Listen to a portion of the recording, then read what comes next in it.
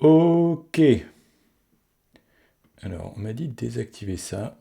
Et ça sera pas mal. État du stream. On va le laisser faire ce qu'il faut.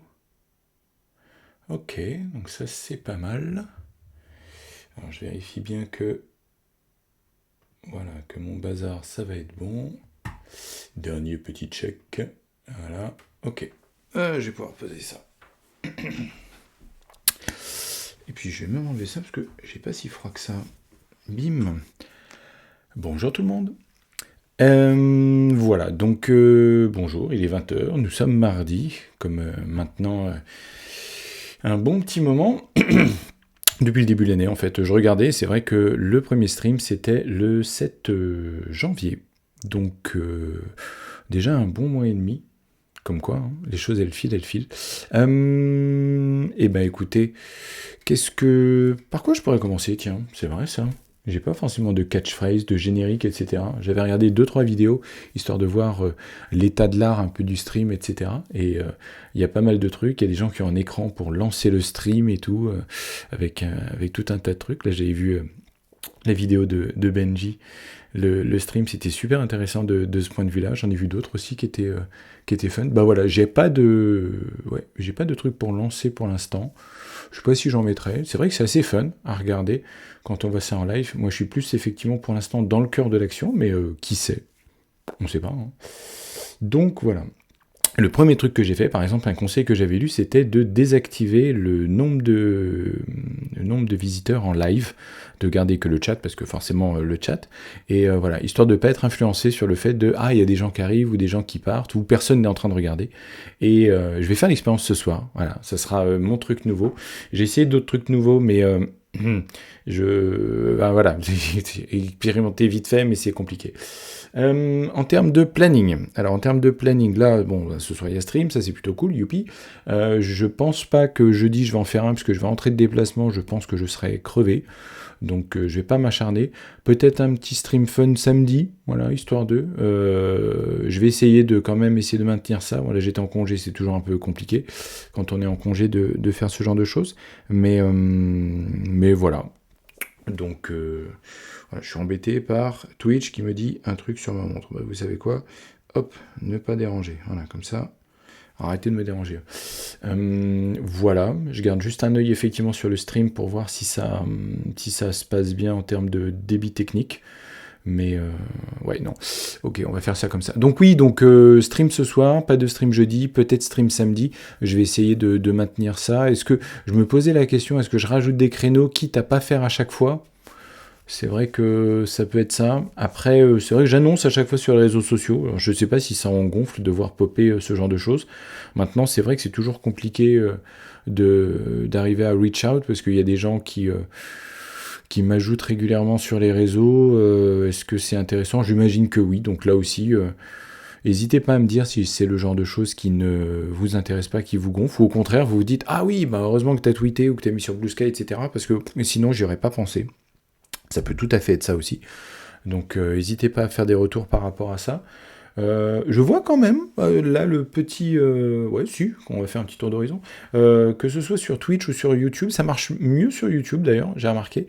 Notamment les vidéos un peu plus courtes, là, les extraits que je fais de la partie commentaires de liens, etc., les react, comme on dit. Ça a l'air de vous intéresser d'une manière générale, donc ça c'est plutôt cool. Je vois des ajouts, des follow, etc. Je vois même des fois, alors je ne vais pas parler de viralité, hein, on va se calmer, mais des vidéos qui sont mises en avant des fois dans les recommandations, si j'en crois ce que me dit YouTube, et ça draine du trafic. Donc ça fait super plaisir, vraiment très honnêtement. Moi je fais ça à la base parce que ça me permet, et c'est ce que j'avais dit, hein, de sanctuariser au moins un moment, voire deux dans la semaine, où je sais que je peux faire ce genre de choses et je vais pas être tenté d'aller sur un des nombreux autres trucs que je fais à côté, hein, le ciné, les séries, les jeux vidéo, etc. Et donc ça me permet de focus sur un moment tech, donc ça c'est plutôt pas mal, de m'entraîner à cet exercice qui est de parler à des gens que là pour le coup je ne vois plus, donc je vais faire avec. et, et puis oui, de parfaire un petit peu l'art de parler, l'art de dire ce que j'ai à dire, et si ça vous intéresse, si vous raisonnez là-dessus, eh ben ça me fait extrêmement plaisir. Ok, voilà, une longue introduction de 5 minutes. Je vérifie bien que j'ai bien lancé l'enregistrement, etc. Le streaming, tout tourne. Ouais. Ok. Donc, alors, first order of business. Et là, je pense bien laisser un repère. Voilà. Donc, first order of business, on va déjà switcher sur l'affichage des articles. Alors, c'est pas celle-là que je veux faire, enfin, c'est pas la page de Tridactyle. Enfin, je peux vous montrer effectivement Tridactyle. C'est vrai que là, c'est juste que je l'ai réactivé. Il m'avait gêné pour un certain nombre de choses. Alors, Tridactyle, c'est quoi? Bah, vous savez quoi? Ça va être mon premier lien. Voilà. Je pensais pas le faire comme ça. J'en ai d'autres après, mais on va l'utiliser comme ça. Pardon. Ouais, alors Tridactyle, c'est quoi? C'est une extension sur Firefox. Il y a Vimium, je crois, sur Chrome, qui fait à peu près la même chose. Vous allez vite comprendre. Hein. Vous vous rappelez que j'utilise NeoVim, by the way. Et ouais, ça va me gonfler, par contre, qu'ils me mettent le... Alors, je vais peut-être First Order of Business. C'est où les paramètres? Stéphane, il est aveugle. Donc, nouvel onglet. Nanana, désactiver, non, c'est pas ça que je voulais faire. Donc, nouvel onglet. Voilà, nanana, nouveaux onglets, page d'accueil vide de faire. Non, page vide, moi j'aime bien page vide. Voilà, je vérifie que ça marche. Ok. Donc, oui, donc Tridactyle, c'est quoi? C'est une extension sur Firefox qui a ceci de bien utile qu'elle vous permet d'utiliser le mode Vim dans Firefox. Voilà, donc il y a un certain nombre de choses, donc il y a des commandes à base de... Je vais aller dans le focus dans la fenêtre, ça sera mieux. Voilà, il y a des commandes qui sont disponibles dedans pour changer de... pour changer d'onglet, etc. Bah, je m'en servirai quand j'en aurai quelques-uns. Ce qui est particulièrement pratique quand on est full clavier, c'est qu'on peut faire une recherche, hein, on va faire ça comme ça, et quand on est par exemple sur DuckDuckGo, on peut utiliser F pour déclencher un overlay partout sur la page, pour aller cliquer automatiquement là où on veut aller. Donc je sais pas, mettons que je veux aller sur les images, voilà, les images, G, hein, c'est en overlay dessus, voilà, ça se voit relativement bien. Si je fais G, bah, ça va sur l'onglet image, ça va là où ça clique. Hein, je reviens, je fais D pour retourner sur tous, puis on va ouvrir le premier lien, Merriam-Webster. Donc là, je vais sur HA, et boum, ça va sur la page Merriam-Webster. C'est relativement simple, et donc il y a plein de trucs sympas avec ça. Alors, le truc, c'est que c'est un peu intrusif, notamment au niveau de la recherche. Alors je vais peut-être chercher autre chose. On va aller sur Teletubbies. Tiens, alors on va faire ça. Et mettons que là-dedans, je vois British Children. On va mettre ça, on va mettre Children, Television, ouais. Et le truc, c'est que, alors on est censé passer de l'un à l'autre avec elle, donc bien évidemment, created, oui, oui, voilà, il y a un created. Le truc, c'est qu'en fait, quand on fait une recherche et qu'on tombe sur un lien, ça fonctionne pas pareil. Bref. Ça me saoulait des fois, donc des fois je le désactive pour voir à quel point il manque, et en fait il me manque Tridactyle. Je me rends compte que quand je vais sur une page, j'ai pas un Wikipédia là qui traîne, Wiki, Avatar, allez, j'en sais rien. Premier truc qui me vient à l'esprit, et ben pourquoi pas, ça n'a rien à voir. Je sais que je m'en sers pas mal sur Wikipédia notamment, pour aller chercher des trucs, et un mode que j'aime beaucoup, c'est le mode V, où là c'est un petit peu plus violent, mais c'est pour aller sélectionner du texte par exemple. Donc là si je fais OU, c'est pas du tout là où je voulais aller, donc parfait.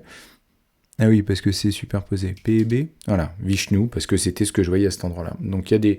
C'est super pratique. Moi j'aime beaucoup, notamment parce que ça suit la manière d'utiliser de Vim, parce que je vais pas dire que c'est la même chose que Vim, on se déplace pas. Enfin, le mode normal, ça va être le mode de navigation, mais voilà, donc... Si jamais vous commencez déjà à utiliser Vim et vous voulez vous familiariser avec les commandes Vim et les utiliser un peu partout, enfin les trucs comme V, comme F en l'occurrence, voilà, ça n'existe pas dans Vim, c'est du Tridactyle, donnez-lui sa chance. Voilà. Je voulais pas spécialement parler de ça, mais je vais parler de ça. Ça on fera après, ça fera une bonne transition. Oui, on va commencer par ça. Oui. Comme ça me permettra de revenir après. Donc ça, c'est un article de TechCrunch qui s'intitule « Why the spirit of open source means much more than license ». Il y a beaucoup à dire autour de l'open source, d'une manière générale. Alors l'article est super intéressant, puisque pour le coup, ça rentre bien plus dans les histoires un petit peu dans les histoires de licence, etc., d'essayer d'expliquer, alors pas forcément la différence entre licences, mais le truc, c'est de se dire que on s'est un peu trop focaliser sur l'histoire de la licence, de ce qu'on appelle les licences open source. Est-ce que la MIT, elle est open source? Est-ce que la GPL, l'Apache 2.0, etc. Est-ce que les licences sont un sujet qui est suffisant quand on parle d'open source? Et la réponse est bien évidemment non. Ok. Et alors il y a le AI factor, mais avant de rentrer dans le AI factor, il y a we amuse about open source. Ouais, par exemple, cette problématique-là, est-ce que l'open source qui appartient à un fabricant, parce que c'est le seul contributeur, c'est le seul groupe, le seul organisme qui va financer un projet open source en particulier, est-ce que finalement on est open source? Il y a débat. Oui, il y a une licence open source. Oui, ça accueille les contributions gratuites, le travail gratuit de tout le monde. Mais est-ce que c'est vraiment open source? Est-ce qu'on peut parler de open source, de code source ouvert? Oui, il est disponible.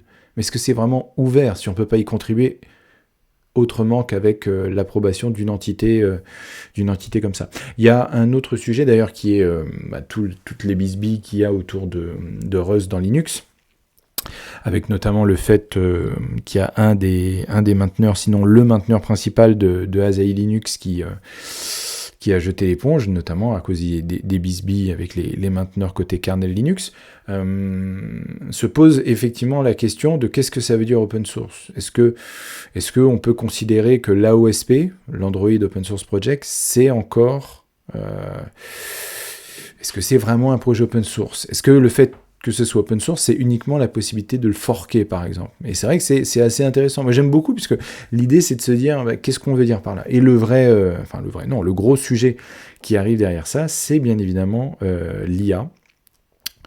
Alors, déjà, parce que l'IA a aspiré sans vergogne toute la partie, tout ce qu'il pouvait y avoir de disponible sur le web, que ce soit copyrighté ou pas copyrighté. Donc là, je rentre pas dans les débats là-dessus, mais c'est vrai que on peut dire que c'est un comportement d'aspirateur qui est toujours mal vu en fait de la part de la communauté. Mais bon, voilà, c'est fait. J'ai presque envie de dire c'est fait. C'est comme c'est comme tout un tas de sujets en fait. Maintenant que c'est fait, qu'ils l'ont entraîné, on se retrouve avec cette espèce de course à l'armement où tout le monde doit faire pareil, parce que sinon, de toute façon, c'est pas possible d'arriver d'entraîner les modèles. Mais bon, se pose vraiment la question de est-ce qu'on peut parler d'open source dans le cas des modèles d'IA entre Ollama, entre DeepSeek, etc. Il y a débat. Je sais plus ce que ça veut dire en fait, open source, très honnêtement. Open source AI definition. Ouais, je sais vraiment plus ce qu'on peut dire vis-à-vis de ce sujet. Je sais pas ce que vous en pensez. Moi, j'en reste à une définition qui est bien évidemment hobbyiste, naïve, etc. Qui est, je fais un truc et puis si vous avez des idées et que si ça vous intéresse, on peut contribuer ensemble. Et je pense que passer une certaine taille, et l'IA par définition c'est forcément une taille énorme, on se retrouve avec quelque chose qui ressemble à un canard, fait le même bruit qu'un canard, se déplace comme un canard, mais j'ai du mal à appeler ça un canard.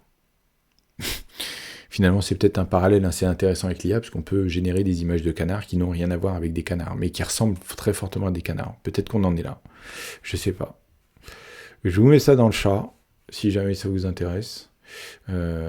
Coller sans mise en forme. Voilà. On va faire ça comme ça. Ça me permet d'avoir un repère, mais ouais. Il y a un vrai sujet là-dessus. Et ça, c'est toujours intéressant à lire de toute façon les articles de TechCrunch. Je pense que j'en partagerai d'autres. Ouais, on va... Ah oui, celui-là, ok. Ouais. Alors, je vais adresser un sujet de programmation et de développement web.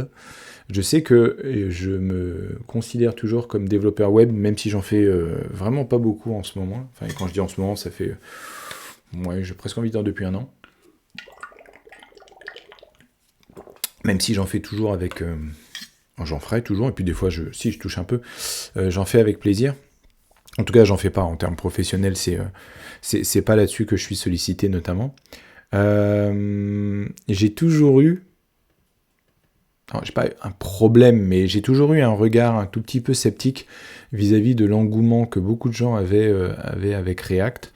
Et moi, je me souviens, parce qu'on est en 2025, je me souviens de la naissance de React en 2015. C'était à peu près à ce moment-là où justement j'étais à fond dans le développement web, et j'étais par contre plutôt côté Angular, JS à l'époque, avec après la transition vers Angular. Et donc j'ai vu la première conf, ou l'une des premières confs, parce que probablement que j'en ai raté, mais en tout cas qui montrait React à l'époque. Et j'étais super emballé, et en même temps, je m'étais dit, ouais, ok, c'est bien, mais c'est pas un framework en fait. C'est super intéressant, parce qu'on n'avait pas Ivy, enfin on n'avait pas tous les trucs qu'il y avait avec Angular. Enfin voilà, toute la partie rendue, c'était ce que c'était. Et je trouvais ça super intéressant comme concept React. J'étais assez dubitatif sur la partie JSX. On va dire que j'en suis à la fois revenu, à la fois je suis devenu beaucoup plus critique, si c'est possible, et au fur et à mesure du temps, en fait, j'ai toujours gardé cette espèce de relative distance vis-à-vis de React. J'en écris, ça, il n'y a pas de souci. J'avais fait notamment une partie de ma conf là, sur HTMX avec une partie en Rust, puis une autre partie avec du Bun et puis Preact notamment, donc il y a du JSX, enfin du TSX en l'occurrence. Donc ça, il n'y a pas de souci. Les hooks, etc., ça me parle, même s'il y aurait plein de choses à dire là-dessus. Et de voir aujourd'hui que le moyen qui était utilisé comme étant presque un Angular killer à l'époque, à savoir il suffit d'utiliser Create React App et tout va bien, il n'y a pas besoin, de toute façon React n'a pas besoin d'autre chose, c'est juste une librairie, et de voir aujourd'hui qu'on dit on la sunset pour finalement encourager les gens à migrer vers un framework, etc. Je peux pas m'empêcher, je suis désolé, je peux pas m'empêcher de me dire que la prudence que j'avais à l'époque était justifiée. Je pense que React aurait j'en sais rien, mais en tout cas, aurait dû être une espèce de partie Angular, qu'il y ait un échange, etc. Et pour qu'on se dise, la partie vraiment rendue, réactive, etc., on l'intègre en fait et on en fasse quelque chose d'ouvert. Le fait de dire, on dégage tout le goodwill qu'on avait vis-à-vis de... Alors, il n'y a pas que AngularJS à l'époque, il y avait Ember, Backbone, etc. On met tout ça à la poubelle et on repart un peu from scratch à réinventer la roue autour de React, parce que je ne vais pas dire que React réinvente la roue, c'est un morceau de logiciel extraordinaire de ce point de vue-là. Mais le problème, c'est qu'une librairie, ça ne fait pas un framework. Et on n'a jamais eu besoin de juste une librairie. Et je reviendrai sur ce mot juste là, je pense, dans un article LinkedIn, parce que c'est un truc qui me gratte beaucoup ces derniers temps. Et salut, ça y est, t'as fini Outer Wild Petit troll en passant. Ouais, je pense que je reviendrai là-dessus parce que je peux pas m'empêcher de me dire que on s'est beaucoup trop fait plaisir avec les frameworks en général, les librairies aussi web en général, et que là maintenant on arrive peut-être à cette espèce d'âge de la maturité où on se dit ah ouais quand même, ça serait pas mal finalement qu'on dirige les gens vers des frameworks, parce que oui, en fait, le fait de dire on part du JSX, TSX, et puis après on se dit on va rajouter là-dessus du routing, on va rajouter là-dessus du hot reloading, on va rajouter là-dessus du SSR, on va ajouter là-dessus, en fait, toutes les, je vais pas dire bricolage, mais toutes les features que les gens n'ont pas forcément demandé, là aussi je vais revenir là-dessus, et que maintenant on se dise ah bah oui mais en fait finalement on fait plus avec Create React App, on va faire quand même un petit peu autre chose, alors que ce soit du TanStack ou du autre. Je me dis on a perdu énormément d'énergie, je vais pas dire de temps, mais en tout cas on a perdu énormément d'énergie à ne pas s'intéresser en fait à nos utilisateurs, à ne pas s'intéresser à des pratiques de développement qui existent depuis 40-50 ans et qui donc prédatent Angular, React et Vue et compagnie. Et on s'est cru plus intelligent que tout le monde parce qu'on faisait du web. Et maintenant, on est en train gentiment de se calmer. Alors, pourquoi pas ? Est-ce que ça veut dire finalement que le web en tant qu'espace d'innovation est mort ? Je ne sais pas, peut-être.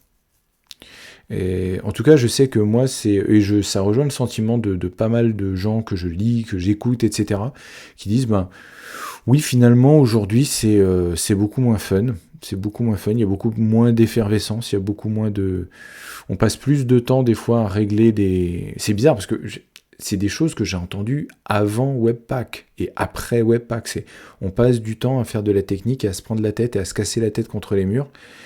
Ben ouais, parce que peut-être qu'il fallait mettre moins d'énergie dans Angular et dans React et mettre plus d'énergie dans, je sais pas, domain-driven design, les architectures hexagonales, enfin, vraiment sur les pratiques, plutôt que de dire, moi, plutôt que de faire un marteau en bronze, je vais le faire en, je sais pas, en acier ou un truc comme ça, quoi. Le problème, c'est qu'on fait que des marteaux, alors que des fois, les utilisateurs, ils ont besoin de tournevis, quoi. La promesse n'a pas été honorée sur le rendu client. Oui, c'est possible.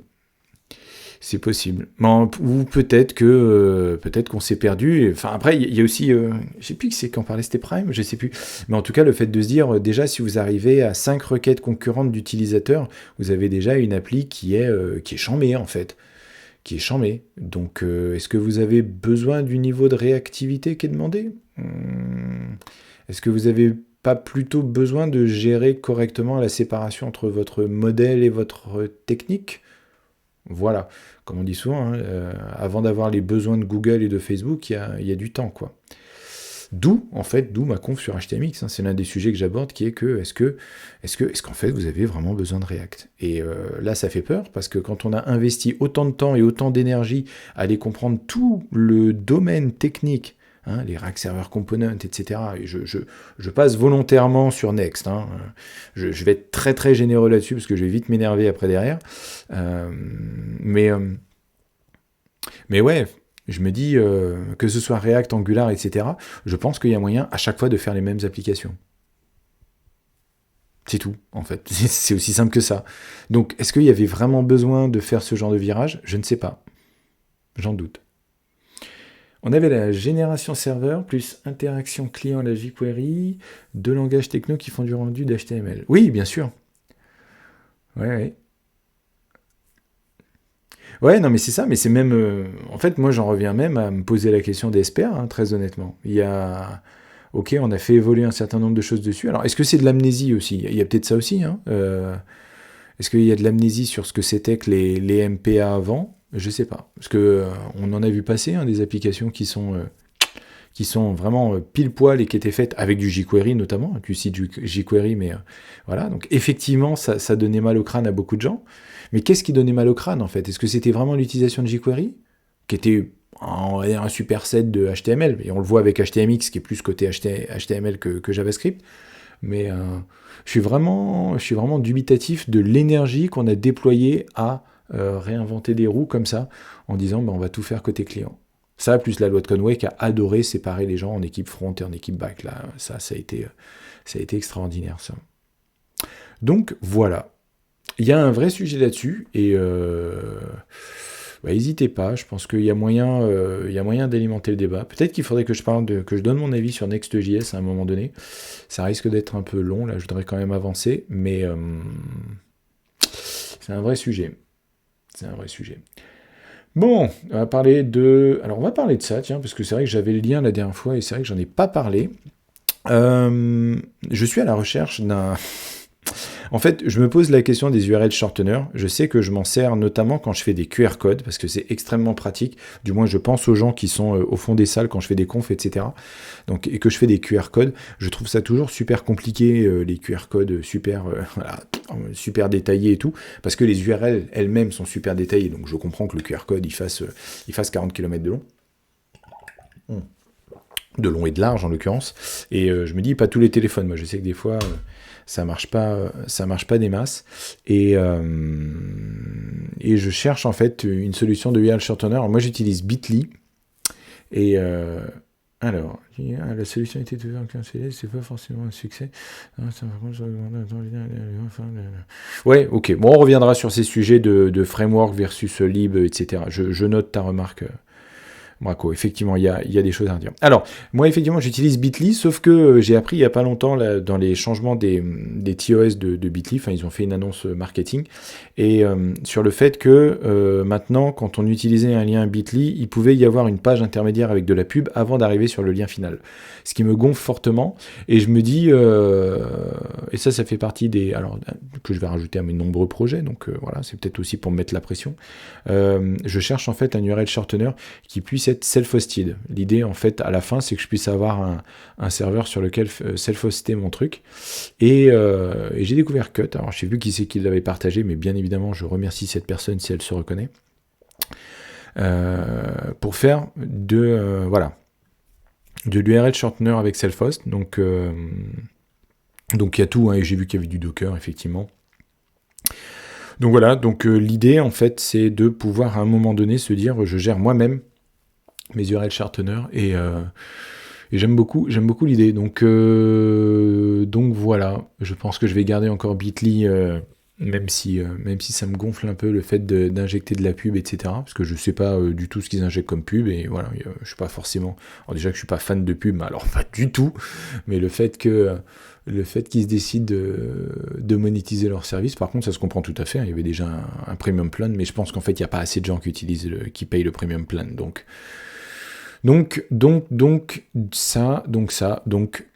cut it. Donc je creuserai. Et ça me montre qu'il va falloir de plus en plus que je me pose la question du self-host, d'autant plus que je veux me remettre aussi à Zero to Prod in Rust. Et ça aussi, il faut un truc pour hoster. Donc est-ce que j'en profiterai pas pour ouvrir mon compte chez DigitalOcean, histoire de... ou autre, hein, d'ailleurs. Envoyez-moi des coupons, j'aime les corporations, comme ils disent. Histoire que je puisse avoir un VPS quelque part et commencer à déployer des trucs. Ça peut être extrêmement fun comme petit projet. À voir. Donc n'hésitez pas, ça vous intéresse. Avant d'arriver... Non, qu'est-ce que j'ai fait? Voilà, ça c'est Stéphane. Je vais passer à ça. Ouais, je vais passer à ça. Alors, ça va être le dernier lien, mais ça me permet de faire une transition vers le code, vous allez voir. Donc, j'ai vu passer, alors si vous ne connaissez pas Let's Get Rusty, je vous recommande bien évidemment la chaîne YouTube, et j'ai vu passer Rust All. Donc, un outil pour visualiser les lifetimes. Alors, je pense pas que ça va... Ouais, si. Audio du bureau. Non, mais il est fait. Ouais, ok. Donc, l'idée, en fait... Bah, tiens, je vais m'arrêter là-dessus. L'idée de Rustall, en fait, c'est de pouvoir visualiser les lifetimes dans le code Rust. Alors, qu'est-ce que c'est que les lifetimes? On va revenir 2 secondes dessus, parce que je ne suis pas sûr que tout le monde soit professionnel de Rust. Et ma définition va être une définition très naïve, hein. On va prendre ça comme une définition de noob. En Rust, il n'y a pas de garbage collector, comme en Go, en JavaScript et dans d'autres langages qui utilisent des garbage collectors. Okay, en Rust, on se rapproche de la philosophie du C, qui est que, en gros, vous vous débrouillez avec la mémoire. Donc typiquement, si vous faites n'importe quoi avec la mémoire, ben ça va mal se passer, quoi. Ouais, ça c'est pas mal, ça. Ouais, ça c'est pas mal, ça aussi. Ok. Donc, l'idée derrière, en fait, c'est que pour pouvoir gérer correctement la mémoire, les gens de Rust, ils se sont dit, on veut pas forcément que les gens se tirent une balle dans le pied, donc on va mettre en place ce qu'on appelle des lifetimes. Donc il y a un contrôle qui est fait à l'intérieur du moteur de Rust, sans rentrer dans les détails, parce que je pense que je ne vais pas les connaître, suffisamment en tout cas, pour justement se poser la question, quand on a quelque chose en mémoire, combien de temps il dure, quelle est sa durée de vie, quelle est sa lifetime, et ensuite, quand on manipule différentes variables, etc., dans Rust, on se pose la question de, est-ce que les lifetimes vont pas entrer en conflit l'une avec les autres? Est-ce que, par exemple, je vais essayer d'accéder à un emplacement en mémoire qui n'existe plus, typiquement, ou est-ce que je vais me trimballer une référence à un emplacement en mémoire qui, à un moment donné, disparaît, qui sort d'une closure et qui est détruit, etc., etc. Et c'est toujours un sujet, notamment quand on vient des langages qui sont garbage collectés, parce que quand on est dans un langage garbage collecté, en gros, on se prend pas la tête, on balance des variables, on fait ce qu'on a à faire, on tape notre code, ça fonctionne, etc. Et puis après, ce qui se passe au niveau de la mémoire, YOLO, j'ai envie de dire. Ça se passe pas comme ça en Rust, c'est pas YOLO, justement. Il y a là où on sait, le truc qui va dire, ok YOLO, tu sais quoi, ça explose, voilà, ou on va avoir une faille de sécurité parce que tu vas pouvoir aller voir de l'emplacement de mémoire que tu n'es pas censé voir à ce moment-là, quoi, ce genre de choses. Et Rust, en fait, ils ont dit, ok, non, nous, on va faire un contrôle, et si on sent qu'il y a un truc qui sent pas bon, eh ben, on va bloquer à la compilation, pas au runtime. Ça, c'est l'une des énormes forces de Rust. Pour certains, des fois, c'est une faiblesse, je ne rentre pas dans le débat non plus, mais en tout cas, c'est vrai que d'avoir un compilateur qui se dit « Attends, mais qu'est-ce que tu es en train de faire ? Là, ça va pas marcher. » Eh bien, typiquement, voilà, Rust le fait. Sauf que, eh ben, ça introduit une courbe d'apprentissage qui est démente, en fait. Parce que là où ceux qui ont jamais fait de Rust, ou qui viennent de langage garbage collecté, bah, on se fait fouetter régulièrement parce que on manipule les variables, en fait, n'importe comment. C'est-à-dire qu'avant, il y avait le garbage collector qui dit non, mais je gère les références, etc., je vais faire de la désallocation, etc., il n'y a pas de souci, fais ton truc, Stéphane. En Rust, c'est non, moi, je vais rien optimiser du tout derrière, enfin, je vais optimiser les trucs à ma sauce, par contre, la mémoire, tu te démerdes, quoi. Ok. Et donc, si ça passe pas, Rust, il dit non, mais là, ça va pas marcher ce que tu essaies de faire. Ou du moins, je pense que ça va pas marcher, et je suis assez doué pour le savoir, donc je bloque. D'où le fait de dire, mais est-ce qu'on peut visualiser ces lifetimes ? Et c'est l'objectif de Rustowl. Donc, j'en profite, moi je pars de la vidéo de Let's Get Rusty, parce que c'est une excellente chaîne que je recommande. N'hésitez pas, si même le sujet de vous intéresser à Rust, il fait des vidéos assez courtes, celle-là fait 5 minutes. Il fait des vidéos assez courtes en général. Et ouais, je regarde 4 minutes, 11 minutes, 13 minutes, 4 minutes, 7 minutes, enfin c'est très court en général. C'est sur un focus en particulier. Et Rustowl, c'est comme ça que j'ai découvert. Ensuite, donc, ça nous amène à Rustowl lui-même, Rustowl, on va le faire correctement. Donc là, il montre justement un cas concret où on définit une variable S2 qui contient une chaîne de caractères à l'intérieur d'une condition if. Et le truc, c'est que quand on arrive et qu'on veut qu'on passe la référence de S2 à R et qu'ensuite on veut utiliser R qui contient une référence à S2 à l'extérieur de la closure du if, ça se passe pas bien du tout. Voilà. Et donc Rust est capable de le savoir. Et avec Rustowl, on est capable de le voir. C'est ça qui est bien, parce qu'il y a tout un code couleur qui est utilisé derrière. Justement, je vais zoomer encore un peu. C'est mieux comme ça. Justement pour pouvoir voir ce qui se passe. Et ça, je pense que même... Alors, bien évidemment, c'est utile quand vous faites du Rust, mais même quand vous venez d'autres langages, qui sont garbage collectés, finalement, ça pourrait être une aide extraordinaire, parce que l'idée, c'est aussi d'avoir du code qui est optimisé. Si vous avez un truc qui passe son temps à faire vomir le garbage collector, vous allez vous en mordre les doigts. Moi, je me suis retrouvé avec des conteneurs qui faisaient du Node.js, et dont la conso mémoire partait en vrille, en pic régulièrement, parce qu'au niveau de la garbage collection, ça partait en saucisse, quoi. Et ça créait des goulots d'étranglement derrière, quand ça faisait pas tout simplement péter le conteneur avec du kill, ce genre de choses, quoi. Donc ouais, pas mal de choses à dire. Et là où en fait dans la vidéo de... ce qui est marrant, c'est qu'il parle de VS Code là, alors que moi ça m'intéresse pas, mais voilà, moi ça m'intéresse, c'est ça. Et ça me permet de faire une transition, parce que comme ça on va pouvoir aller dans le code pour ensuite regarder l'Advent of Code. Mais je voulais voir justement, faire ça avec vous, voilà, expérimentation de ce soir. Je sais que j'ai pas non plus des masses de temps, mais je me suis dit, tiens, j'ai envie de faire ça en stream, et de me dire, est-ce que je peux installer Rustowl pour voir ce que ça donne. Ok ? Eh ben, vous savez quoi ? Tac, tac, tac. CUD. On va faire une belle transition. Voilà. Donc là, normalement, hop, il est où mon R ? Voilà, ça marche là ? Ok. Je voulais juste être sûr que mon show me key fonctionne. Et donc, si je fais un Alt-Tab de la mort, voilà, on devrait en arriver là. Il faudrait que je prévoie, juste un point voilà, il faudrait que je prévoie en fait là un fond, parce que c'est vrai que je remarque qu'à chaque fois, alors j'ai mis le chat, mais le chat n'est jamais vraiment très actif, et il faudrait que je mette un fond, un truc comme ça, donc ouais, je vais peut-être bosser sur un truc, histoire de cacher la partie basse, etc., parce que moi je mets l'heure en fait, je vais pas bouger ma caméra, c'est pas super intéressant, mais c'est vrai que je mets l'heure, ça me permet de voir en fait quelle heure il est en bas. Donc pour le stream, c'est intéressant. Mais voilà, donc on s'en fout, c'était pas ça qu'on voulait faire. Donc là, j'avais lancé l'Advent of Code. Là, je vous ai montré ma super checklist. Super intéressant, ça. Comme ça, vous avez... Ouais. Ils disent, il faut maintenir une checklist et le faire. Donc voilà, c'était l'idée. Alors, Non, VI. Non, je fais ça avec un nvim, comme ça je retrouve ça facilement. Ouais, init.vim. Oh, oui, un swap file, oui, parce qu'il y a une autre session, mais ça c'est pas très grave. C'est pas très grave. Non, c'est pas très grave. Je vais juste voir. De toute façon, je peux forcer. Hein. Alors, en fait, non. Ce que je vais faire, c'est que je vais aller là. Je vais faire.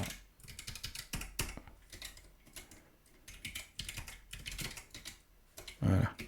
Voilà. Ça, comme ça, je me suis débarrassé de la référence sur l'autre. Voilà. Et normalement, si je fais ça, voilà. Ok, donc on va installer le plugin. Alors, autre sujet que je pourrais adresser, le fait que pour l'instant ma configuration Vim est en Vim Script, ce qui est peut-être pas forcément très moderne, j'en conviens, mais c'est vrai que c'est ce qui fonctionnait jusqu'à maintenant. Et... Ah ouais, tiens, est-ce que je vais pouvoir le faire? Dependencies, neovim, nvim, lsp config. Et c'est quoi neovim, lsp config?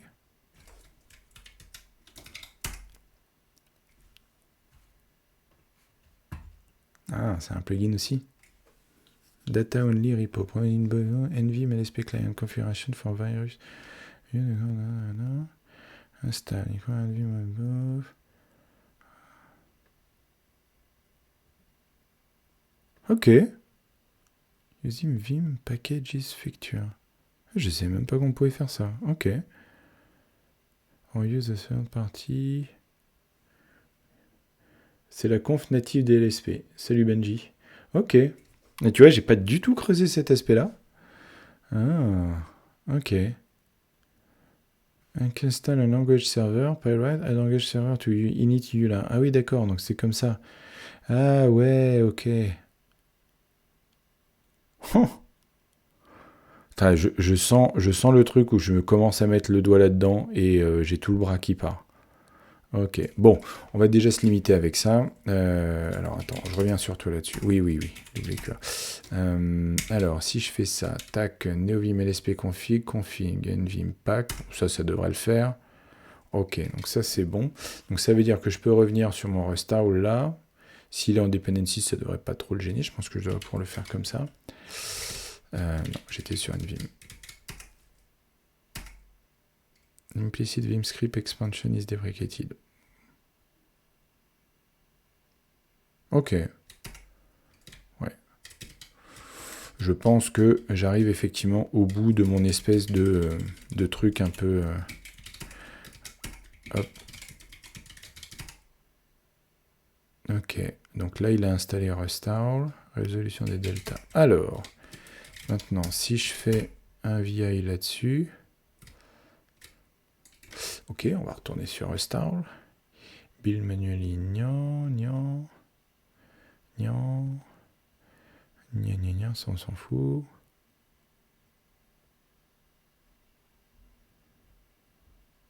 When you save Restfile, decoration... Ah, c'est quand tu sauves, ok. Et là, est-ce que ça marche? Peut-être pas, hein. Ouais. Je vois pas grand-chose. Peut-être que ça entre en conflit avec autre chose.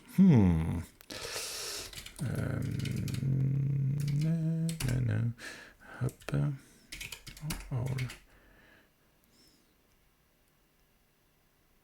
Ah, peut-être qu'il faut que je lui mette l'histoire de la dependency. Manager. Ouais, le truc, c'est que j'ai peur de faire une bêtise.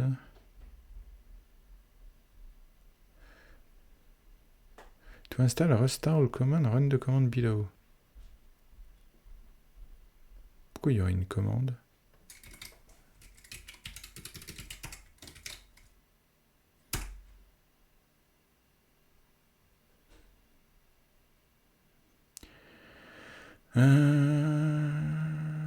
D'accord. Ok. Oui, donc j'ai fait ça, je sais même pas où je l'ai fait d'ailleurs. J'ai fait ça où? Oui, bien sûr, dans Advent of Code, oui, bien sûr. Moi, je déplacerai après. Ok.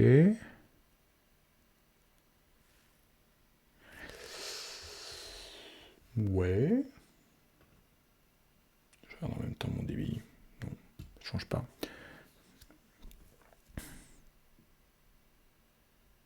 Ah oui, alors après, peut-être qu'effectivement, il a besoin de...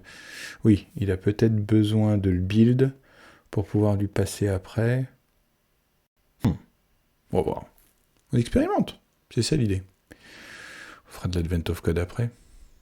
Oui, c'est pas comme si j'allais finir ce soir. Ben, j'en profite pour boire un coup, tiens. Hop.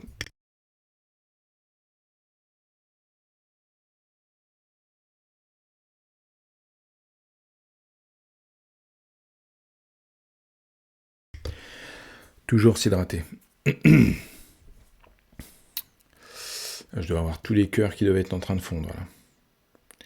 Entre le streaming, l'enregistrement. Ne faites pas ça à la maison. Alors, bon, ça n'empêche pas de continuer à avancer un peu pendant qu'il fait ça sur la partie Advent of Code. Donc on en était à... On en était où?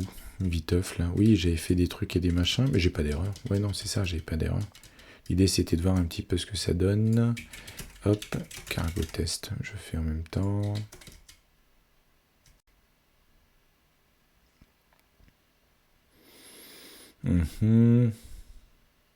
Explode not so simple. Ah oui, c'était ça. Ah, c'est beau hein, de voir la carte exploser comme ça. Ok. Ah non, il a dû faire ça dans un coin alors. Package, restall. Ah oui, slash tmp. Restall, executable, cargo all. Ok. Ok. Donc là, si je fais un VI src main. Ah. Il se passe des trucs. Non. Rust emit expand.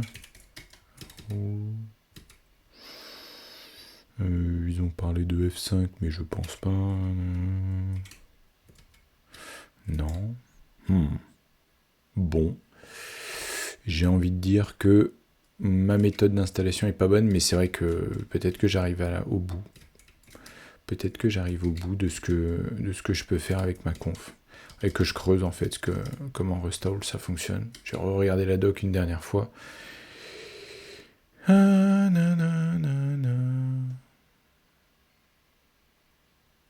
When you save any Rust program in cargo workspace, but from the second run onward, compile caching is reached next time. AMD for Windows. AMD. AMD 64.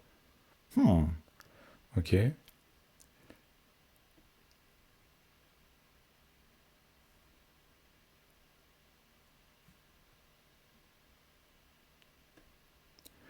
Ouais, non, Build and Run, ça m'intéresse pas forcément. Bon, écoute, hein. Peut-être qu'à un moment donné, ça va magiquement fonctionner.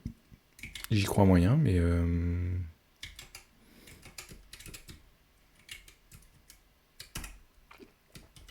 Attends, j'ai bien fait ce que je pensais faire. Hein.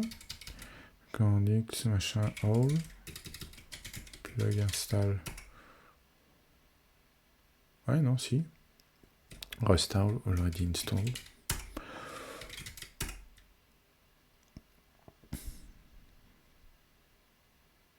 Bon. Après, j'ai peut-être un conflit de LSP avec celui de Rust. Je ne sais pas. Bon, tant pis. C'est pas grave. Je garde dans l'idée de le retester chez moi, mais CD 2024, cargo test. Alors, on était à explode, not so simple. Alors, qu'est-ce qu'il disait? Gna gna gna gna gna. Donc en tout cas, ça affiche bien en explosé, parce que là, je fais bien mon explode et je réaffiche la map. Sauf que la map, elle correspond pas. Ah non! Spécialité de Stéphane, partir sur un truc qui marche pas. Et oui, parce que j'avais rajouté un false égale true. Parce que si je fais ça, ah, ça passe. Ok, c'était pour pouvoir visualiser mon explode s'il fonctionnait. Pourquoi pas. Après, on peut le laisser, hein, je veux dire... ça coûte pas bien plus cher. En tout cas, oui, là, le mode de fonctionnement, c'est que j'explose la map et ensuite je réaffiche et gna gna gna gna gna gna. Ok. Bon. Alors, région, get région. Bon, ça, j'y ai pas touché. Je devrais pas avoir y touché. Gna gna gna. Alors. Ça donne quoi, ça? Oh oh! Ah, le get région fonctionne pas. Pourquoi ça marche pas? Parce que j'ai pas touché au code. Et puis là, il y a tout le code avec les régions qui ont une tronche à coucher dehors. Donc on va en rester là. One failed. Alors.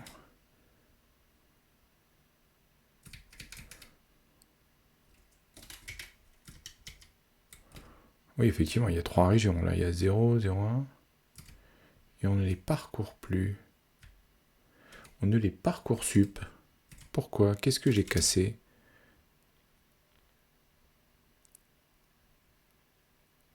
Parce que là, il n'y a pas d'explosion, il n'y a pas d'explode, il n'y a pas de rien.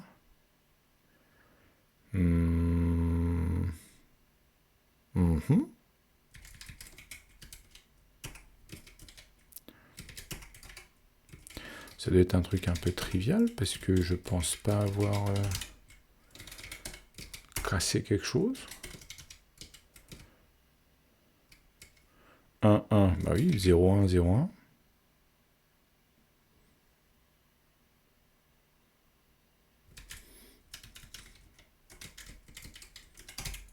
Bah oui, c'est bizarre ça. Ah!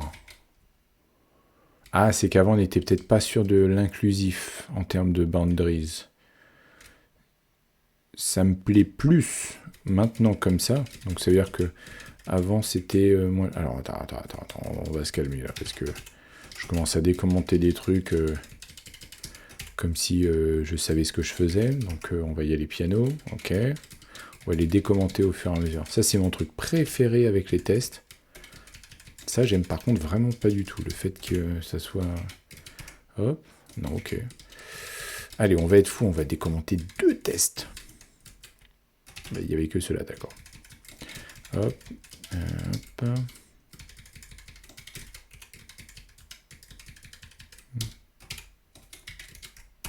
Ça va mieux? Ok. Bon. Ah oui, non, les DBG, par contre, ça m'énerve. Les DBG.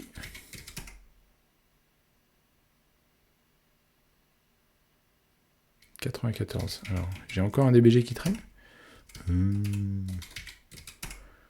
Ah, je préfère quand j'ai clac tous mes OK qui se mettent.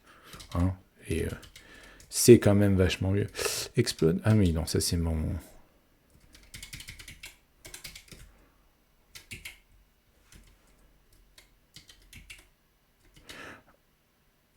Pourquoi j'en ai pas fait une triple? Oh, pardon. Là, j'ai mon... Ah oui. Ah! Ah!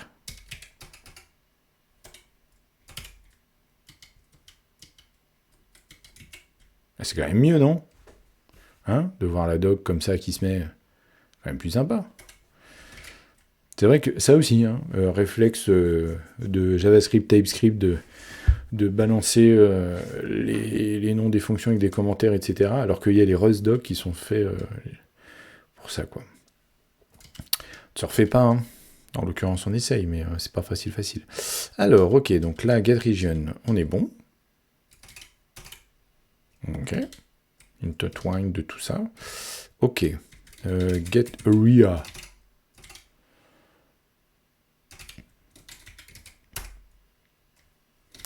Pas de raison que get area soit... Hein. Et get fences. C'est là qu'on va... Oui, parce qu'en fait, mon explode, il fonctionne. Alors, ça, c'est... Je vais le garder comme ça, en fait, avec ces points-là, mais c'est vrai que c'est... C'est pas bon. Bah, ça correspond pas à la réalité, donc on va faire un C. Voilà. If the doc command should not increment get size, comment it out. Empty line after doc commands.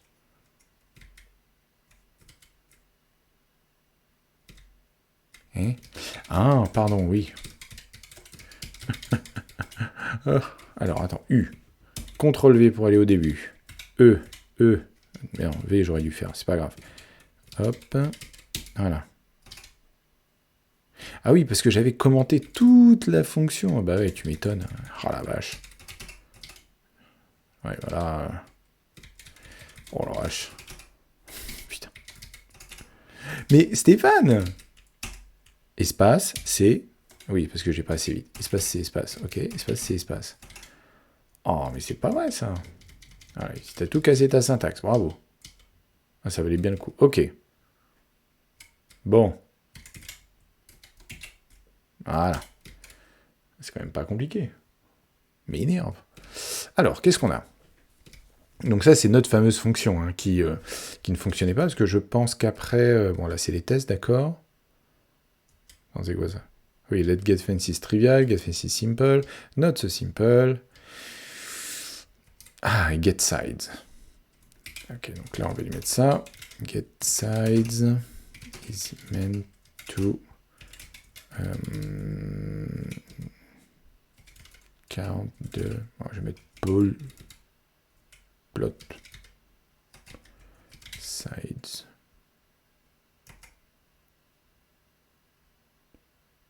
Ah oui, parce que get fancy, c'était le fait d'avoir toutes les coordonnées des différentes palissades, et get sides, c'est ce que je voulais faire, oui.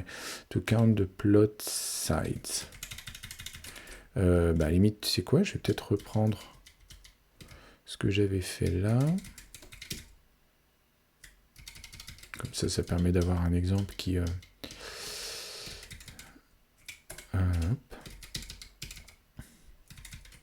Alors, pour le coup...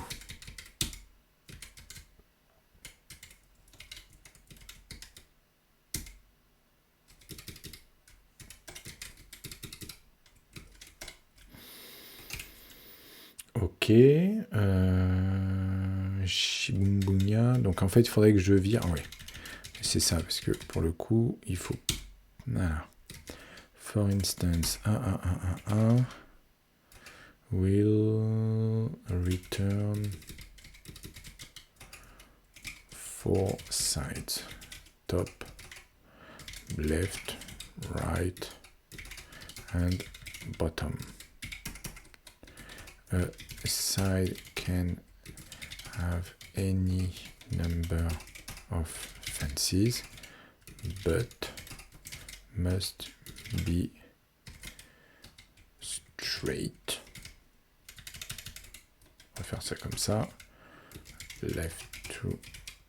contiguous, c'était ça que je voulais dire. Contiguous and straight. Comme ça. Top. Ouais, enfin voilà. On va en rester là, parce que je comprends la définition, j'arrive pas à l'exprimer. Ce qui est un problème, j'entends bien, mais voilà. Ok. Ok. Ouais, plot, c'est ça. Ça donne quoi? Pourquoi il l'a mis en carré comme ça? Oui, attends, for size. C'est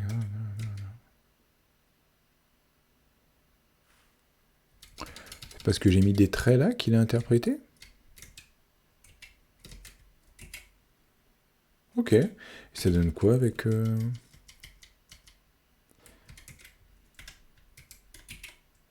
Ah non, tu vois.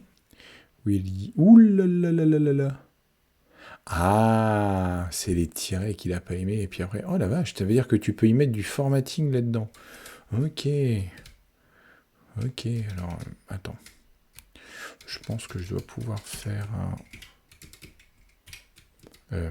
non. Je sais plus comment on fait. Mais non, Stéphane. Ok. Est-ce que ça marche, ça? J'ai pas du tout été voir comment ça se machinait. Faut que j'arrête de faire cette combinaison de touches. Ah, ok. Donc là, c'est bon. Ok. For instance, machin, will yield. Ok. Très bien. Ok. Bah, je vais peut-être faire ça sur l'autre aussi. P. Ouais. je l'avais. Et là, je l'ai plus. Hop. Quand même plus joli comme ça. Très bien. Soit. Alors, le truc, c'est que... non, mais getFancies, je suis même pas sûr qu'elle fonctionne. Donc, getSides, on va se calmer. C'est pas du tout d'actualité pour le moment. Cargo test. Oui, non, ça compile même pas, on est d'accord. On va remettre mon petit find qui me sert de TDD, là. Et on va aller voir getFancies. Alors, comment on se sert de getFancies? Ah oui, je voulais aussi désactiver l'un des tests, mais j'en étais qu'à là, je crois que j'en étais qu'à là. Non, j'ai Scatrim Simple. Oui, bien sûr, j'en étais là. Le mec, il avait déjà prévu les tests et tout. On va se calmer. Voilà. Donc là, effectivement, c'est là qu'il faut moyenner. Donc getFancies, ça prend quoi en entrée? Bonne question, ça. getFancies, ça prend quoi en entrée?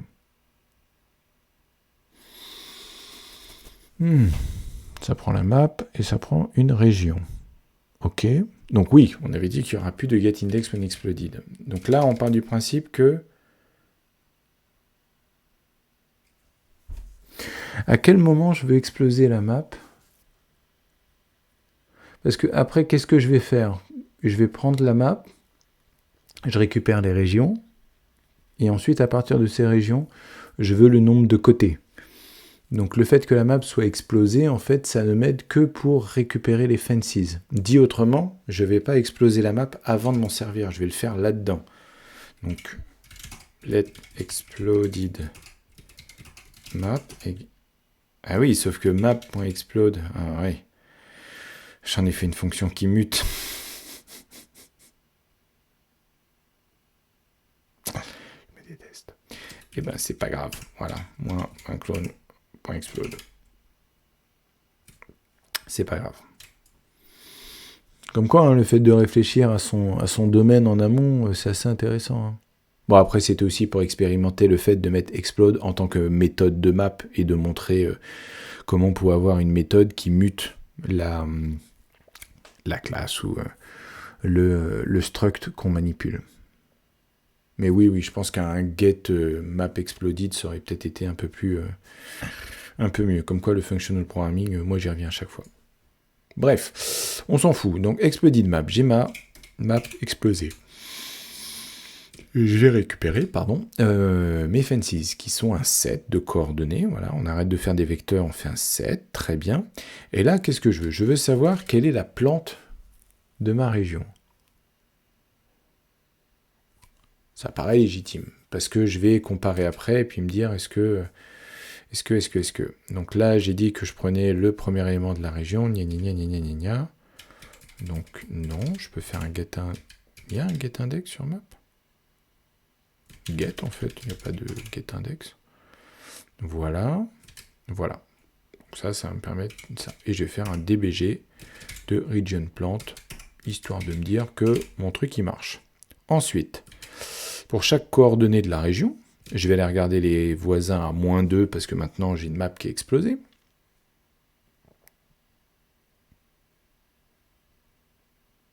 Oui, mais la région elle-même n'est pas explosée, donc les coordonnées de la région correspondent plus à celles de la map.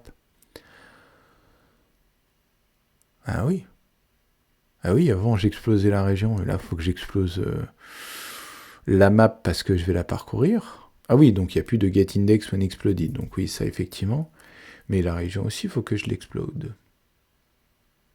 Parce que sinon, mon y-2 n'a aucun, enfin x-2, etc., ça n'a aucun intérêt, puisque je vais aller de toute façon regarder sur la map, et en plus, c'est pas ça, c'est exploded map. Exploded map, S, elle est où l'autre? D, exploded map.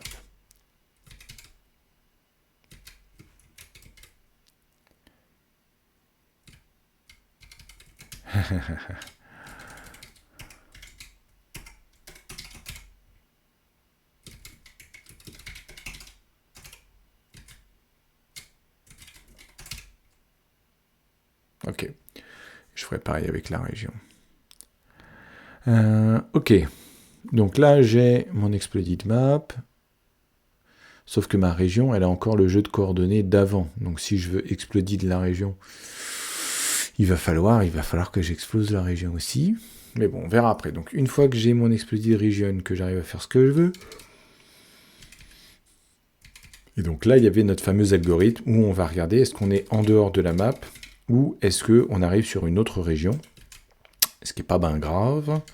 Et donc, à partir de tout ça, je récupère les coordonnées du voisin, donc qui est en dehors, etc. Et donc, je construis mon new fence à partir de là avec ce magnifique double if, else if, else if, else if, else if. Qui est moche, hein, j'en conviens. Ça doit probablement se faire avec un match. Mais je suis pas là-dedans. Je fais un print pour voir les coordonnées. Et je récupère mes fences. Et là, j'ai un test. Ah ben voilà, exploded region. Donc là, on va pas faire ça. On va pas faire ça. On va juste dire que je veux la région 0. Voilà. Et la région 0, c'est-à-dire D en l'occurrence, cette région-là, elle est censée, donc le cas effectivement trivial, me donner ces coordonnées-là de fence. Et on voulait donc... Parce que si j'affiche la map là, et j'affiche pas les fences. Et ouais. Ouais, en fait, il faudrait... Non mais c'est ça. Comme quoi, hein. Comme quoi. Regardez. On va faire ça, donc vec. Mais c'est comme ça qu'on apprend, Donc toi, j'ai plus besoin de toi. Voilà. J'ai plus besoin de toi, parce que je sais que j'ai plus besoin de toi. From stir, from machin, from in display from map. Ça, en fait, ça m'énerve. Parce que c'est pas ça que je veux faire. C'est ça que je veux faire pour l'affichage de la map, mais je veux faire bien plus que ça. Je veux faire un truc complètement zinzin. Je vais faire une fonction. Vas-y, reviens là. Donc tu vas pas t'appeler FMT. Tu vas t'appeler DisplayMap. Mais tu vas pas faire que ça. Toi, tu vas prendre une map. Map et map. Je m'en fous de toutes ces conneries-là, je m'en fous du result, etc. Ça m'intéresse pas, ça. Et d'ailleurs, tu vas rien renvoyer du tout, puisque tu vas afficher. Mais je veux autre chose. Je veux mettre la région, une région en surbrillance. We're going to display some stuff in the terminal, guys. On va faire ça. Et je vais aller aussi plus loin, parce que tu vas me donner des fences, donc un H7 de chords. Ouais. J'ai fait un tab. Ok.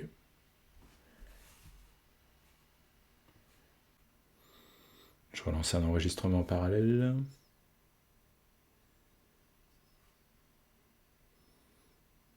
Ouais, il marque état du stream instable. C'est marrant ça.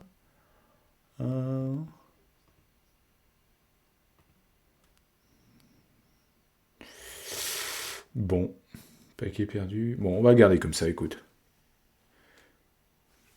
Yep. J'ai décroché là. Je rafraîchis juste mon tableau de bord Twitch. Bon, j'ai envie de dire je ne sais guère. On va continuer comme ça. Perturbant cette histoire. Ouais, je sais pas du tout ce qui s'est passé. Ça s'est coupé en fait au niveau du stream dans OBS. Là où il y a marqué, machin arrêter le streaming, c'était comme si le stream n'avait pas commencé. Bon, voilà. Donc, perturbant. Perturbant. Ok, bon. J'en étais où? Oui, parce que c'est même pas comme si j'avais cliqué sur un truc qui aurait expliqué que, puisque avec tous les boutons dans OBS. Bon, et ce qui est fait, hein, Stéphane. On enchaîne. Donc, display map. Donc, hop, on va faire ça comme ça. Display maps by display map, display given map. On va faire comme ça. And we'll highlight. Ouais, c'est ça. Highlight given region and will show given fences. On va faire le split là, ça sera plus joli. Voilà. On va faire un truc comme ça. Ok, et on va faire quoi? Donc self non, ça va être vi tac substitute self formap. On est bon? On est bon. Et donc là, print et println. Et donc f, on s'en fiche.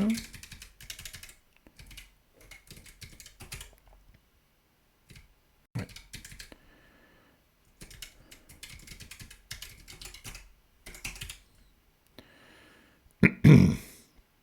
Oui, region et fences, on verra après pour les mettre en valeur, mais ça on fera ça.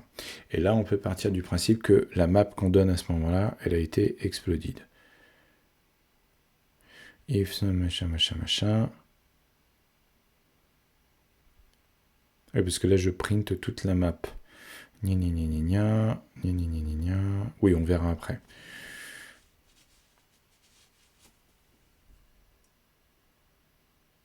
Oui, on mettra des couleurs, etc. après, Stéphane. On n'en est pas là. C'est pas ça la question. Oui, bon, ça, on s'en fiche. Mais explode aussi, en fait, je vais la changer. Ok, ça me va. Qu'est-ce qui... Oui, parce que j'ai pas résolu mes histoires de... Attends, pourquoi tu gueules? Non. Pourquoi tu gueules? Get size, 700. Hein? Ah oui. Oui. On est d'accord. Toi, ouais, fold. Oui, donc le fold ne va pas marcher. Voilà. Non, mais effectivement, faut tout reprendre. Voilà. Ok.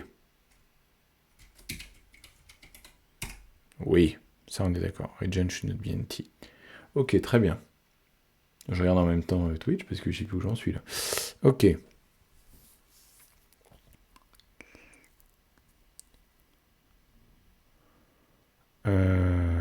Ok.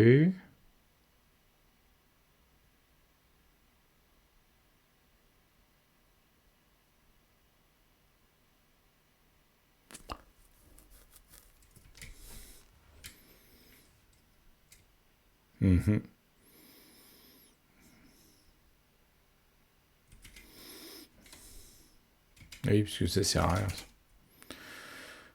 J'étais en train de me dire pourquoi il y a une référence là, mais on est d'accord.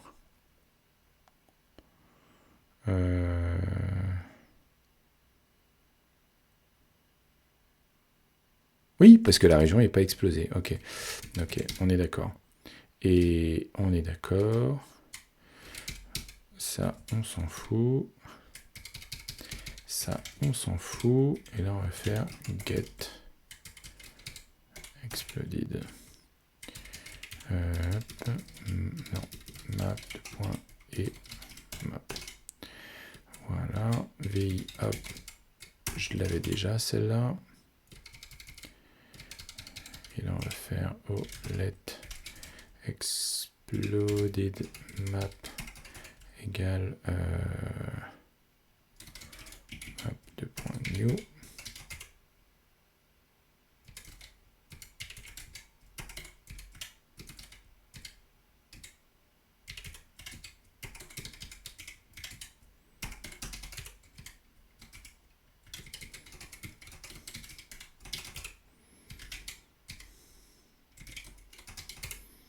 Ok. Donc, exploded map. Hop. Et là, on va faire let exploded map est égal à map.explode. Non. Tu viens de le changer, Stéphane.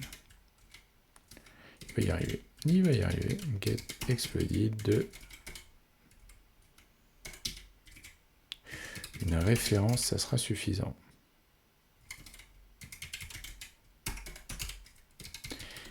peux faire ça, et normalement, je devrais pouvoir faire ça. Ok, ça c'est bon.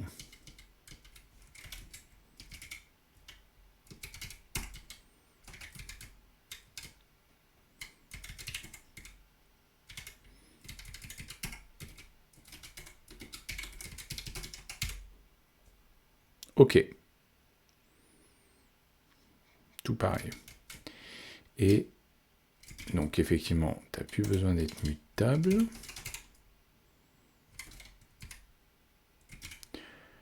Oui, parce que tu es déjà une référence. Pardon, habitude. Ça, on est d'accord.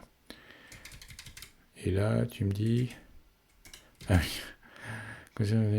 CMP match. Oui, oui, oui. Parce qu'en fait, je pourrais faire un match neighborx.cmp x. Oui. On fera ça après. Bon, j'ai envie d'avancer un peu. Qui est déjà encore un quart d'heure. Mais ça, c'est parce que j'ai trop parlé, mais j'ai perdu du temps avec cette histoire de stream. Ça me stresse. Pourquoi ça a craqué? J'essaierai de voir les logs. Bon, on va pas se laisser abattre. Alors, get regions. Ok. Ok. Pourquoi il dit region empty alors? Est-ce que je lui fasse une région? Region 0. Ah oui, mais non, mais parce que j'ai pas fait la version exploded. V get exploded map. Très bien. Et là, same. Oui, donc il va falloir que je la renomme. As get map, get exploded map. Bon, en fait, c'est la même chose.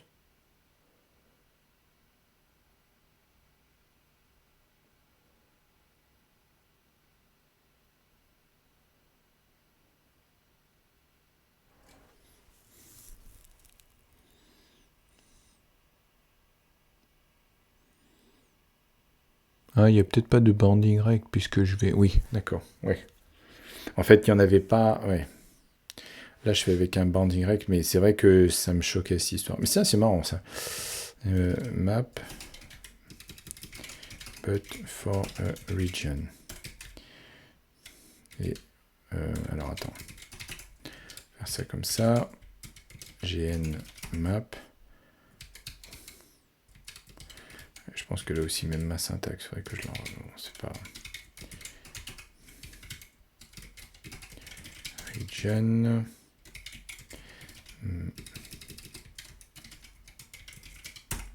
Ok, ça c'est pas mal. Ensuite, qu'est-ce que je veux faire? Donc là, j'ai plus de région. Donc en fait, le banding rec, je m'en fiche. Ce qu'on va faire, c'est que j'ai pas besoin du double for là. Normalement, je devrais pouvoir faire for x, y in region.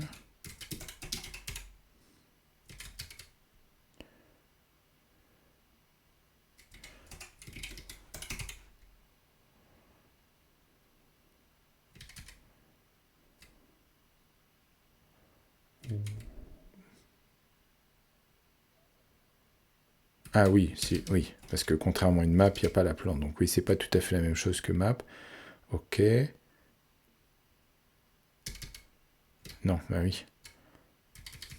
Ça, je m'en fous.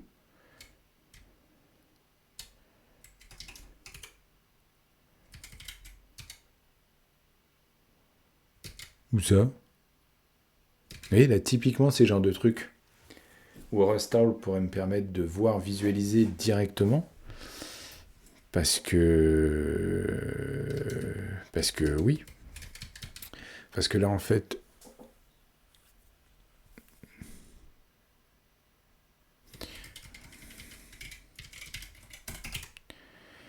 Là, ça marche.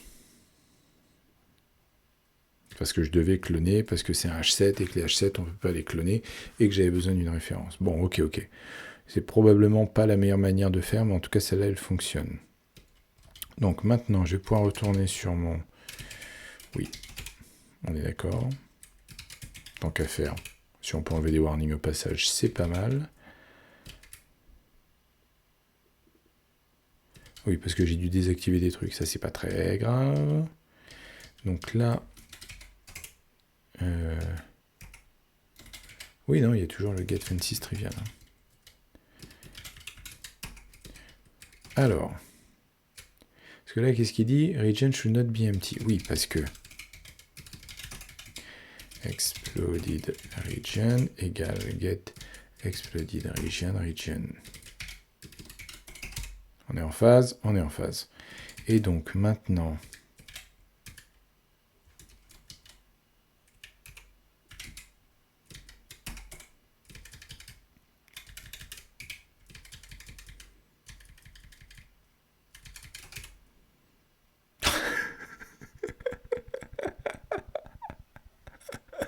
Vous avez vu ce qui vient de se passer là quand même?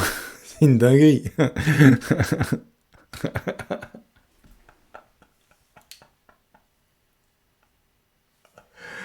Putain, j'adore ces moments-là. J'ai fait tomber un domino, et puis bram, tous les dominos ils tombent d'un coup. Donc là, oui, effectivement, le get fancies trivial il est passé. Donc ça veut dire que j'ai bien récupéré les fancies autour de D. Ce qui serait pas mal, c'est que là, on fasse la visualisation. Je teste juste par acquis de conscience. Mais à mon avis, ça ne marchera pas. Hop. Et map et regions 0. Je vais appliquer le même. Ok, là, ça marche pas. Il faudrait quand même un cas où ça marche pas, quoi, parce que sinon, je vais avoir l'air... En fait, si ça se trouve, ça marche. C'est juste que je vois les coordonnées, etc. Mais au moins un cas où ça marche pas. Comme ça, je sais que il me reste 10 minutes. Je peux toujours Voilà. Mais là, je sais que ça marche. Ok. Donc, on va visualiser ça. Donc là, on va faire un... Oh, certes. Est-ce que je peux directement faire un display map et regions 0 et fancies.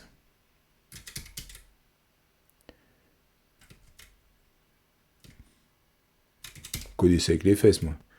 Ouais, c'est bien ce que je pensais. Hein, on est d'accord. Gna gna gna.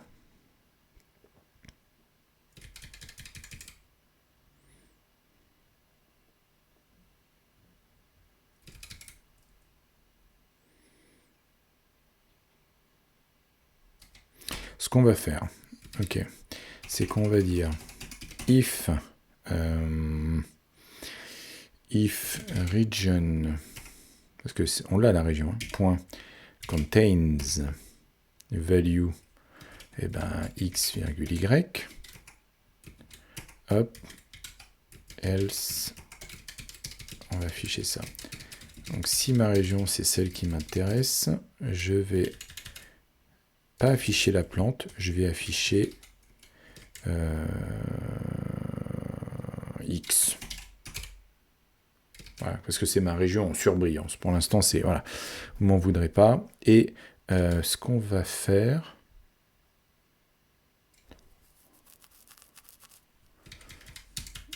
Oh, putain, je me vomis, mais je vais faire un else if. Else if fancies.contains. Alors, je vais pas avoir l'orientation pour dire si ça va être une barre comme ça, mais ça, c'est pas très grave. Je vais mettre juste un caractère et puis on verra après. Non, c'était bien comme ça. Et on va lui mettre étoile. C'est moche, mais ça va me permettre de tester display map. Ok. Insert equal true false.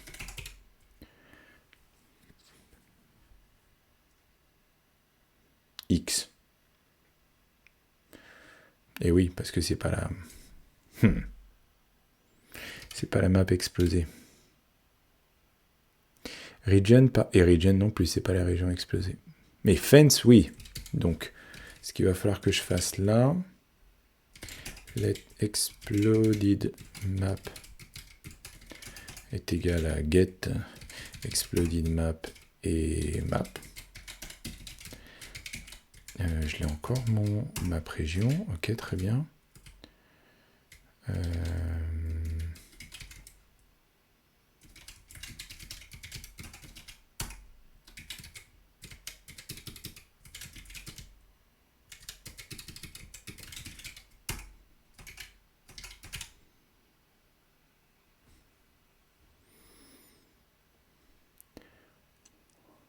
Ah bah oui, parce que de fait, en fait, mon exploded map n'a pas le...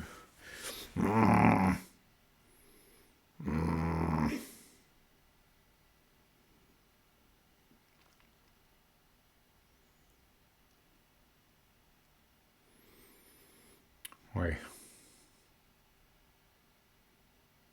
Ouais. À la limite, ce qu'on va faire...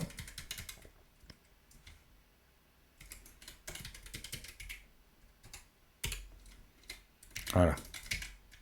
Vous voyez, en fait, je regarde ça hein, de l'autre côté. Alors, est-ce que j'ai bien mon affichage D'ailleurs, ma police de caractère avec les ligatures, là, ça va pas du tout, parce que pour le coup, ça me regroupe les 3 petits points. Je vais peut-être désactiver les ligatures, mais bon, pour l'instant, c'est pas un sujet. Mais il m'affiche pas les fences.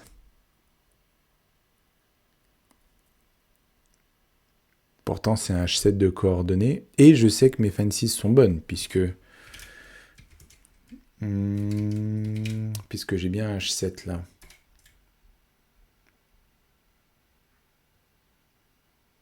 C'est-à-dire que j'ai le bon résultat. Alors, 1, 0. Ouais, non, mais... Alors, attends, parce que j'affiche quoi? Étoile. Ouais, il affiche pas étoile, là. On va mettre un haut, histoire de voir. Mais ça change pas grand-chose de plus.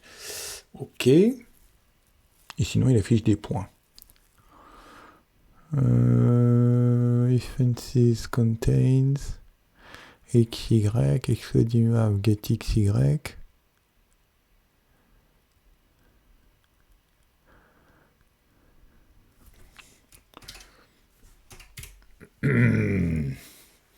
Pourquoi ça marche pas? Pourquoi il m'affiche pas mes fences? Parce que l'idée c'était d'afficher les fences, comme ça au moins je peux commencer à me dire est-ce que je calcule bien et que mes fences... Ah, t'as pas mes fences! Max X, max Y, donc ça c'est bon. Jusqu'ici tout va bien. Je vais mettre une ligne là. Ça change pas grand chose, hein, c'est juste pour ma santé mentale. Allez, il nous reste 5 minutes là, on va y arriver.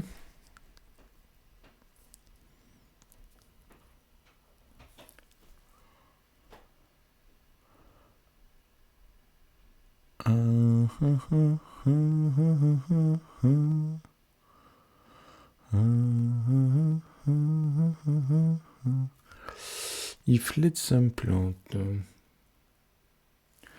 Ouais.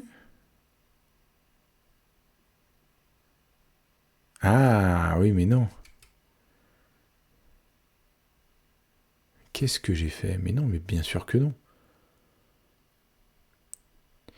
Bien sûr que non.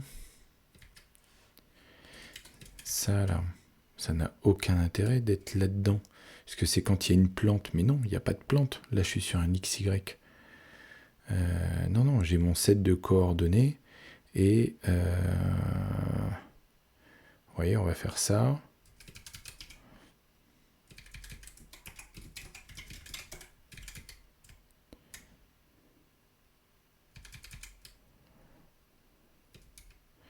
If machin print la plante. Voilà.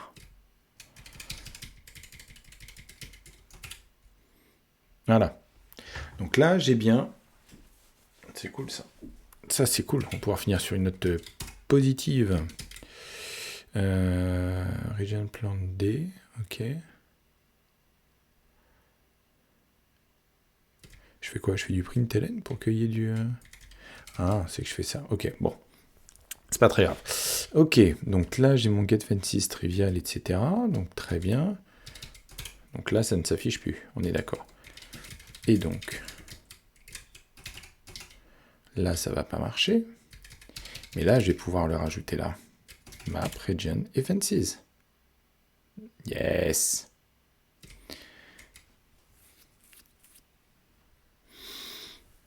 Mhm.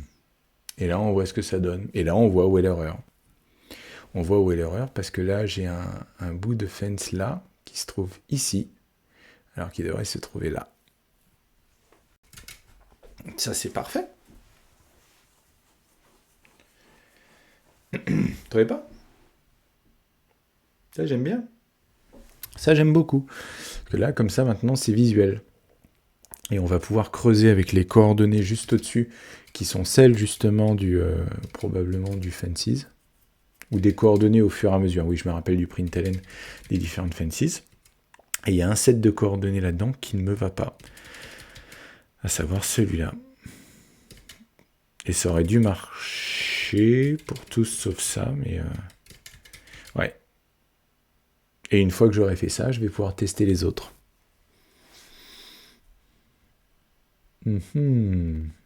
Ça, c'est cool. Ça, c'est cool. Et en plus, ce qui est bien, c'est que là, avec mon display map, je vais pouvoir mettre en évidence... ouais. Ça, c'est cool. Bon, bah, ça fait une bonne conclusion. Encore un stream qui a été... je sais pas comment j'ai fait. Il va falloir que je raccorde les deux vidéos si je veux mettre le truc. Enfin, après, ce qui m'intéresse surtout d'uploader, c'est la vidéo des réacts aux articles, etc., qui est la partie la plus appréciée, de loin, hein, si je regarde les chiffres sur YouTube. Donc je vais peut-être juste sortir ça ce soir.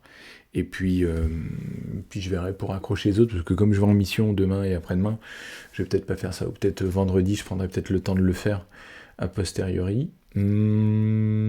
Ok, bon. Eh ben, je sais pas ce que vous en pensez, mais ce petit affichage-là, ben, pour moi, ça fait quand même une énorme différence dans mon Kokoro. Ça me fait très plaisir. Ouais, c'est vachement cool en fait, non? Et puis ben voilà, je pense que je vais m'arrêter là et je vais vous souhaiter une bonne fin de semaine. Et puis ben on se revoit samedi peut-être, peut-être. Hein. Je me garde pour le bonus stream. Par définition, bonus c'est peut-être. Donc on verra ça, probablement du Mahjong, parce que voilà, ça fait un moment que j'y ai pas joué, donc je sens en moi la passion du Mahjong. Et puis ben sinon, oui, mardi prochain, on devrait pouvoir se revoir. Voilà. Et ben écoutez, si vous êtes encore là, merci beaucoup, merci d'avoir regardé. Et puis je vous dis, je vous dis à plus. Allez, à ciao. Bye.